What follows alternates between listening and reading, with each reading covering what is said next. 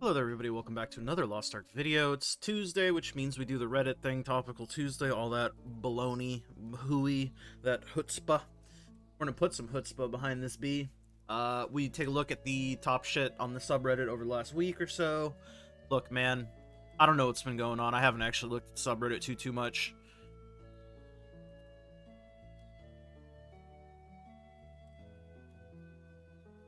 The one thing that I did have pre-open, though, is this. It's just the patch notes, and I mean, the patch notes are pretty unimaginative, insignificant. I mean, it's just this Mokoko Bootcamp event, which it sounds interesting, but ultimately I don't think it will do much. But basically, the Mokoko Bootcamp event, it's running from October 30th to January 15th, and its purpose is it's designed to encourage veteran players to play dungeons with newer returning players. New and returning players whose highest item level character on their account is below 1660 can earn Mokoko tokens for completing the dungeon for the event period. These new and returning players will have a green leaf icon in the recruitment panel. Green leaf Mokoko players will be those who meet one of the following conditions. And this is sort of why I say it's probably not going to end up doing that much, because these conditions are very strange. A new account that has been created within the event period, so the event period is starting October 30th, keep that in mind. An account that has been created within 60 days before the start event, so 60 days before October 30th, okay? Or accounts with the previous login date over 60 days before the event starts.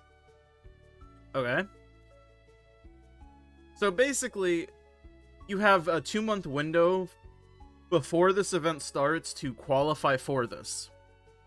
And you have to have a character below 1660. Which I think is reasonable. But I find it strange that these requirements are so stringent. I feel like it should have just been a blanket. If your highest item level character is below 1660, you have the thing, right? Because there's definitely some in the Reddit thread here. I was reading this guy, and he's like, "Is it just me, or the Greenleaf Mokoko conditions not make sense? If I was a day one player who quit at Brel and logged in last week, that would make me not a Greenleaf Mokoko." No, but you can see it's weird, right? Because you have to have a previous login date over 60 days. Right? So if you logged in yesterday on an old account, you wouldn't get the symbol. That's the weird thing. It's very strange. But I mean, I'm hopeful.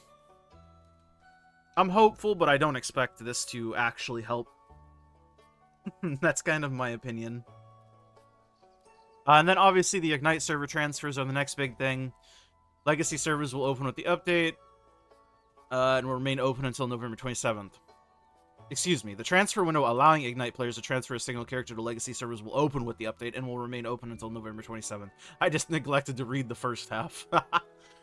And then there's two types of transfers, which you already knew about. The roster transfer, which basically, you're still only going to be able to transfer one character no matter what, but you can either transfer the roster progress with the character or not.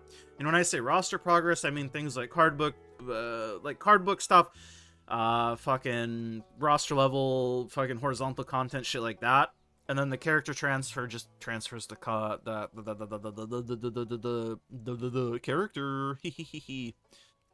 And then you can, if you want to see what will transfer, you can view the policy, but I don't need to do that. I still haven't even made an Ignite character. I need to do that at some point, I guess. Any hoosers. Let's see what the people are saying, aside from this, which we already know. It's very strange. It would count for the Ignite players if you... See, this is what I mean. The weird stipulation of it, because I know a lot of Ignite players... Well, not a lot of them, but I know a good amount personally that came back for Ignite servers in my circle were people that had prior played the game, so their account is very old, but they're a very new player. So they fit under the criteria where they've logged in the last 60 days on an account that's as old as the game is, but they don't know anything because they haven't played. It's just weird. It should just be, I think it should just be the item level thing. I don't know why it's not. Anyways. See what people are saying. So if my highest item level is 1640, I desperately need cards of progression and stuff, and since my account is very old from Jumpstart, I'm in the veteran camp. That's what I mean. This is bizarre to me. It should literally just be 1660, like, because they already set the item level for the highest item level character on the account. They already have that number. I don't know, man. I don't know. Doesn't matter. This is one of the bigger things that happened this week that I do remember is the DPS meter getting ripped. They added KR patch to meter. It's dead until you can break the encryption. Basically, there's an encryption, so you can't just read the data. It's not plain text anymore. But word on the street is they already have it working again, but I think now it's going to be a very more active case of cat and mouse in the sense that it's very easy to just change the encryption, and it's going to be one patch, it gets broken, you have to re-crack the encryption, re-upload program, get it into people's hands, etc. And it's also a lot less gray area because now you're decrypting something that they have encrypted for a reason. I mean, I don't use DPS meter anyways because, like I said, it wasn't worth the minuscule chance of being banned. But now you're moving more into the territory where I would be actually concerned about getting banned. Either way, I think they should just have DPS meter. I've said it since day one. I mean, if people are going to flame you, they're going to flame you regardless of meter or not. And I think the benefits outweigh the cons. But, yeah. Me and the boys on our way to free carries. It changes no. Me and the boys on our way to our free carry. Fuck, man. I want to get my free carries. Dear room temperature IQ friends. What a great way to start a post. I think I remember reading this post vaguely before I went to bed one of these nights. But, this post, my humble opinion on the current state of the game. Dear room temperature IQ friends who keep comparing global to Korea servers, here's a message in very simple terms so maybe your puny brains can comprehend the severity of the issues with the repeated heavy gold nerfs for global players against Korea. First point, global, all servers combined, might as well throw in Russia for the extra credit, has less than half the player base of Korea. I can't validate that, but I believe it. I mean, I'm sure I could validate it if I gave a shit, but I believe it. Our player base is very small, and our small player base is already split up between, what is it, 3 or 4 different regions? I don't remember how many regions we have anymore. So yeah, it's very small, I would agree. Point 2, Korea has had a lot more time for their players to grind raids and accumulate millions of gold and hundreds of millions of silver and other things. Point 3, the rate at which content was released in Korea was almost half of global, for example, having 6 months from Thaemine to Echidna, while in global it was 2 months. Bro, I feel like if I was playing the Korea version of the game, I'd actually low-key like it way more, because 6-month content cycle times is like what I'm used to in MMOs, and this is what I would prefer. But that's an aside. But yes, this is very true. We get raids non-fucking stop. And at some point you would think we would catch up, but it doesn't seem like we will ever fully fucking catch up for some reason. Somehow. I don't know. I mean, by logic we will, but by my mental and my feelings, it feels like we won't. With all that said, it's natural that KR players have amassed a lot of gold to the point that it hurts their economy with hyperinflation. However, in global, there are like 500 whales, another 1,000 hardcore day 1 grinders, and the rest will be left in the dust. Leaving the game for more than 2 months is a death sentence with new and returning, or even average players who have lives are thrown into an endless loop with veterans giving advice that makes no sense.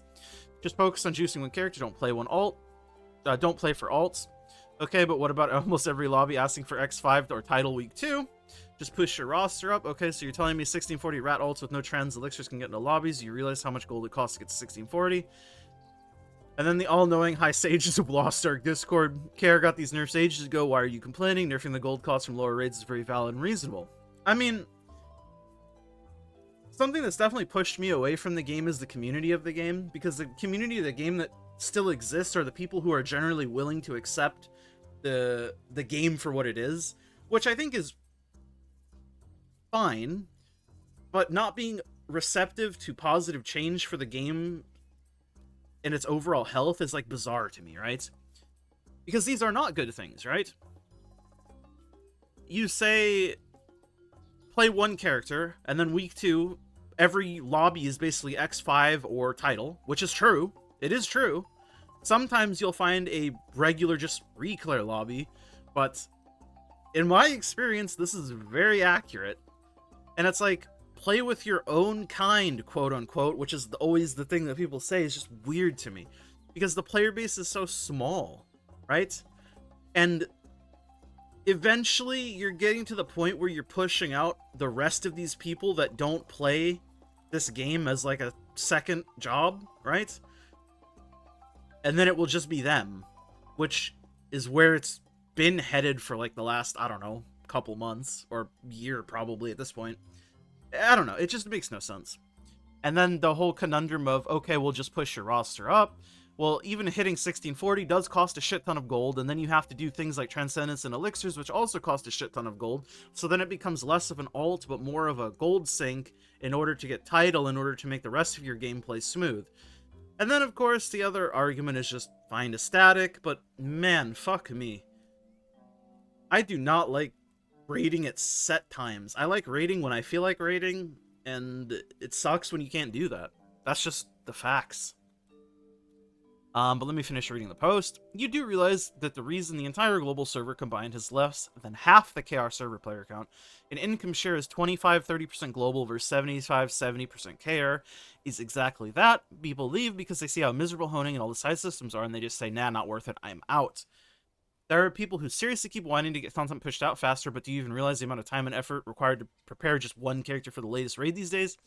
Horizontal power completely eclipses honing power, then there's gems that require unbound gold, so even solar raids are out of the question. They've been chipping away at players and in-game income non-stop. And there are some geniuses defending the multi-billion-dollar corpo instead of realizing that if the players keep dropping the game over these unfair treatments, AGS will pull the plug like PMang, old JP publisher that shut down JP servers earlier this year. Excuse me. I really love this game. Thoroughly enjoy the raids, even when they get frustrating during Prague. Aegir, Behemoth, and Echidna are the most fun raids I've done in any MMO, and I'd hate to see what happens to JP happen to Global. If AGS takes the 10-cent approach instead of chasing KR's whims without a second thought, they can bring in more players, and it means more revenue, obviously, because the game is designed perfectly. The story is amazing, the raids are awesome, the customization and skins are just stunning. However, with the way they are constantly forcing players to push up the latest raids while simultaneously axing the lower-end raid gold is infuriating. They hard nerfed Akan and Voldus Gold without making honing, Transcendence, Elixir cutting any easier this patch, and the item level reductions barely made any difference. Vescal, Gargadeth, Sonovel are as dead as Hanamatan at this point, and then there's the T4 shard problems if you make the 1640 with max elixirs and trans and want to hone to 1660 for Aegir. As many other people have pointed out in the subreddit, December Loa On is going to be my final deciding point as well. If they keep going down this same path, I'm going to kiss my thousands of hours and $4,000 wasted goodbye and call it quits. I know I'm an idiot having spent that much money on the game, but I love the game and I've bought so many skins and skin packs with mounts and wallpapers rather than honing mats. I mean, I think a lot of people, well, maybe not a lot of people, not a lot of the current players that play this game can resonate with the sentiment, but I think a lot of the people who quit the game or are like burned out on the game can definitely resonate with this shit, because it is just an endless treadmill, and it does feel like Korean games, Korean MMOs specifically, are monetized first, gameplay second, and that's just not fun. I don't know how else to say it. It's not fun. I feel like having the expectation of paying, like, money into a game rather than wanting to support the game because you enjoy it is just weird. And it's like the cultural difference, right? It's 100% that. But I don't know. I think this post is pretty alright. I agree with most of it. Obviously. It is what it is. As a new player coming in with Ignite, I don't understand why they nerfed the gold from old content without nerfing the gold needed to hone old gear. This makes no sense. It makes the new player journey impossible? Question mark? Yeah? What did you miss? You're right that it makes no sense. It's what all of us were saying when we read the patch notes, including that, but the toxic hardcore crowd that has 5 ults all at 1680 plus don't care and call us whiny babies.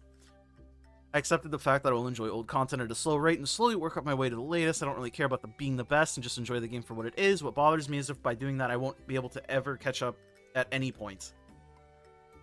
Well, I mean, using the catch-up nomenclature is bad, I think, because catch-up means something different to every person, right? And in a game that allows you to whale, you'll never catch up to people who whale if you don't whale, unless you are like a fucking savant at this game and put in like 20-hour days in bus and all that shit. But I understand what he means by catch up, because it's like, realistically, he's never gonna even get close. And you can make the argument, well, why does he need to if he's only playing solo?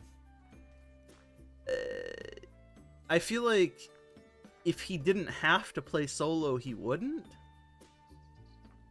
I don't know. I think a lot of people think back to the times of these raids for, like, how it was when they were there, and think it's still like that now, and it's just not. It's not anything like that. The game is pretty hard to play, if not impossible to play, without a friend group, or a guild, or some sort of community group, if you are not established. And I think that's been the case for a while now, and that's not good. It's just not good. Lost Ark already became something for whales and degens without other responsibilities other than playing the game. Not sure there's much you can do to change it at this point. You don't really have to wait for December. I'm 99.9% sure nothing will change. T4 was their biggest opportunity to make real changes to the system, but we don't even get basic changes like exchange damage gems and CD gems for free. I mean, I think T4 was a good opportunity to make changes, and then they just didn't make any changes that benefited players, really. They just made changes, again, because their focus is monetization first, right? I believe this 100,000%. And you can kind of see it with the systems. You are very incentivized to spend money now more than ever, because a new quote-unquote tier is a great opportunity to get more money out of people. And they didn't really add anything nice for the people who aren't going to mega swipe. Like, you can't even interact with the Arc passive system realistically until months into the tier, which is bizarre to me. I generally hate reading Doom posts on the sub, but this is really well written and thought out and mostly true. Props, OP. I don't get this sort of mentality. I think a Doom post is people just writing, like, oh, the game sucks and it will die, right? I don't think this is a Doom post. I think this is an actual conversation and discussion that's worth discussing. This is not a Doom post. This is like a, I love this game, please do something to fix the game or it will die. Please, post. But if anyone ever...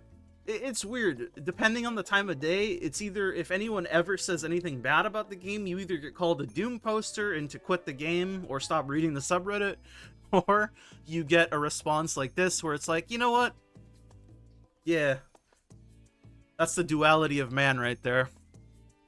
To be fair, most Doom posts, as you call it, usually mean the same thing. They just don't usually go into detail like this post because they're usually replying to someone. They don't just spill it all out like that, but it's pretty much the same thing that people complain about and have been complaining about since pretty much year one now. I feel like there's a couple breaking points in our region that has had where we lost a ton of players, and most of this happened since Clown. Before it was going okay, but ever since Clown we've been losing more and more every new raid because the problems OP pointed out started accumulating, and it became worse over time. Theamine Voldus is pretty much what destroyed the region, and I feel like Aegir might be one of the last nails, if not Belshazzar will be for sure. Even if they nerf her, most of the veterans will refer to KR for what's kind of standards to expect from people, and it will cut out another portion of the community that was not able to reach the standards. I mean, I think the game was pretty good up until, like, I think a con is what I would point as, like, the first noticeable, like, downward spike in terms of just the fact that hard mode versus normal mode, like, after a con, you were kind of forced to always do hard mode, and then there was a lot more additional, like, vertical systems that weren't just honing after that. You know, your elixirs, your transcendence, your advanced honing, and it's just been getting worse and worse every single raid. But yeah, this is kind of what I was saying. I think calling it a Doom post is just bizarre. Anyways, that's just splitting hairs. But